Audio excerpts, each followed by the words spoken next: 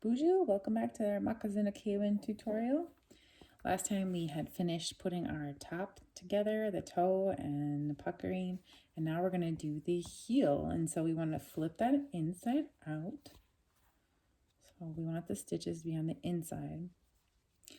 And if we were to split this into three, we want to go 2/3 of the way down and make a mark with our pen. So if it was like 1, 2, 3 at the 2, we're going to mark that with our pen. And we're going to stitch from the top to our pen mark. We're just going to whip stitch it with our Glover needle and our sinew. And we're going to start stitching. Same stitches like you were on the rest of the moccasin, about the 1/8 of an inch deep, 1/8 of an inch apart. Pulling really nice and tight. Lining everything up.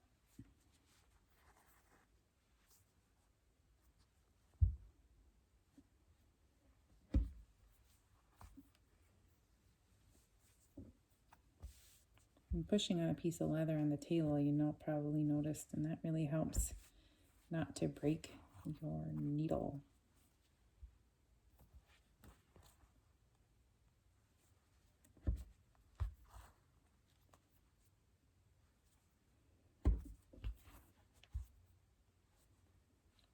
You also can get away on the heel with doing one time through.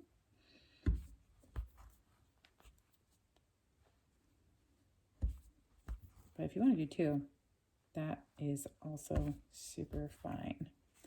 All right, so I'm at my pen mark. I sewed from the top down 2/3 of the way, and now I'm going to stop here. I'm going to make this into a little flattened upside down T. And because my heel has a curve to it, I don't want to leave these just like this because I think you get like a boxy heel and I don't like that. So I'm going to cut 2 little triangles off like this to make that nice curve. See that?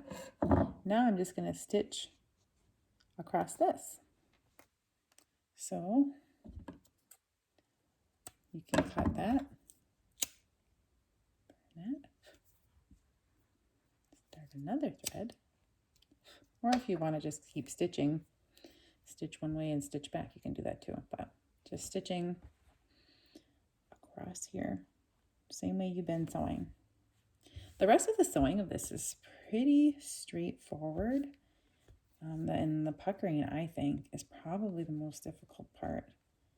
So now that you're seeing how to do all this, you're going to be surprised at how quickly this part probably goes.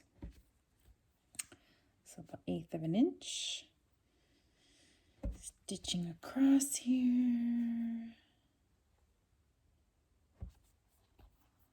Got that. Stitching.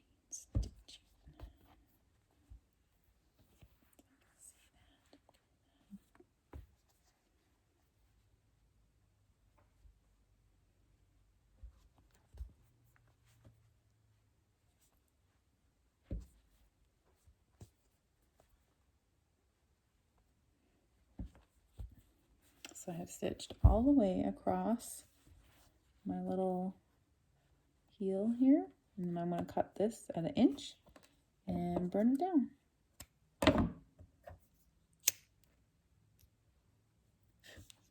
Ta-da! So now I get to flip the whole thing right side out, and I get what it looks like, this nice upside down little Y. Cool. It's really starting to look like a shoe now. All right, I'm going to pause the video and we'll come back with the cuff.